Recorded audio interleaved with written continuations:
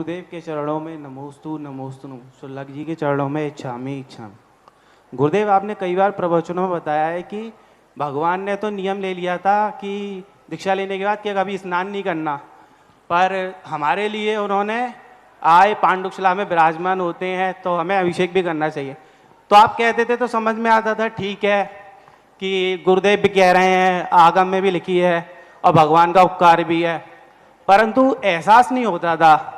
पर जब शिविर लगा ना और शिवरार्थियों के लिए आपको भागते हुए देखा, इधर से उधर इधर से उधर, और बीमार हैं तो एक एक को देखभाल करते हुए देखा, तो मैंने कि भगवान के लघुनंदन ऐसा कर सकते हैं तो फिर भगवान क्या कर सकते हैं, उसकी कल्पना नहीं कर सकते हम तो।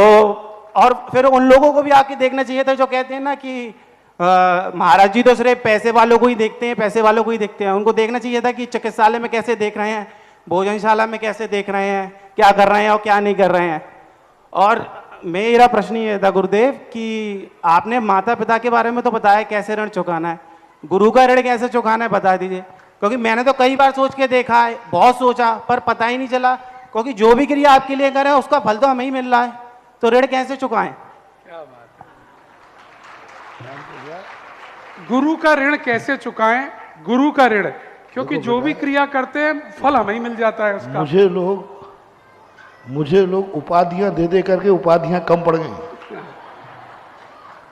कोई कभी देखते हैं जब हम कोई कार्यक्रम करते हैं विशेष, तो लोग कहते हैं महाराज पैसे वालों के, और जब शिविर में देखते हैं तो लोग कहते हैं महाराज सब गरीबों के हैं। और जब किसी गरीब के प्रति हम भावना भाते हैं तो हम गरीबों के मसीहा बन जाते हैं। तो कहने वाले तो को हमें सब टाइटल मिले। जब मैं गजरों में, क्योंकि मैं थोड़ा धुन का पक्का हूँ, जिस चीज़ की धुन बना लेता हूँ उसको सबसे ऊंचाई तक ले जाता हूँ।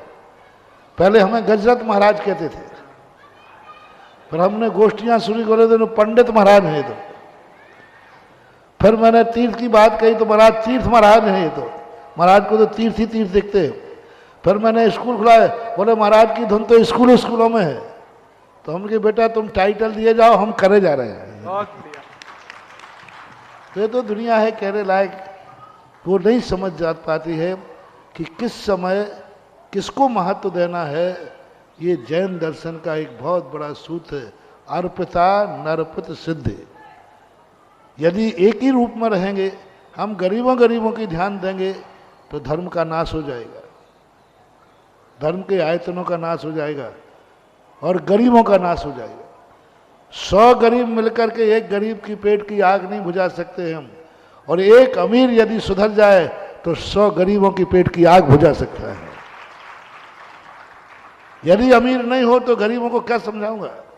तो ये सब चीजें अर्पिता नर्पित सूत्र में गवायत होती हैं। तो हम तो लोग जो हमसे कहते थे, हम कहते बोले कहे जाओ, कहने दो, अपना पढ़ाओ दूसरा। तो जब शिविर होता है उस समय एक बहुत बड़ी रूप, उस समय जो एक रूपता होती है वह महासत्ता कहलाती है। ऐसा गुरुदेव का ऋण कैसे चुकाएं। ऋण चुकाने का सबसे बढ़िया तरीका मैंने बताया था। शिविर में मैंने जो मेहनत की है, जो उपदेश दिया है, उसको जीवन में उतार लेना ही सब ऋण माफ है। नमोस्तु गुरुदेव। बड़े आदमी किसी को देने के बाद वापस नहीं लेते। ऋण चुकाना कोई बनिया का बही खाते में ऋण नहीं दिया है कि ऋण चुकाने जाओ। पर आपने बताया था ना किसी बनिया जो होता है वो पैसा देता है तो ब्याज पे वो ऋण कहलाता है, और महान और गुरु देते हैं वो ऋण नहीं कहलाता है। उस ऋण का आंसर यही है कि जो उन्होंने कहा है उसको अपने जीवन में उतार देना, सब ऋण माफ हो जाए।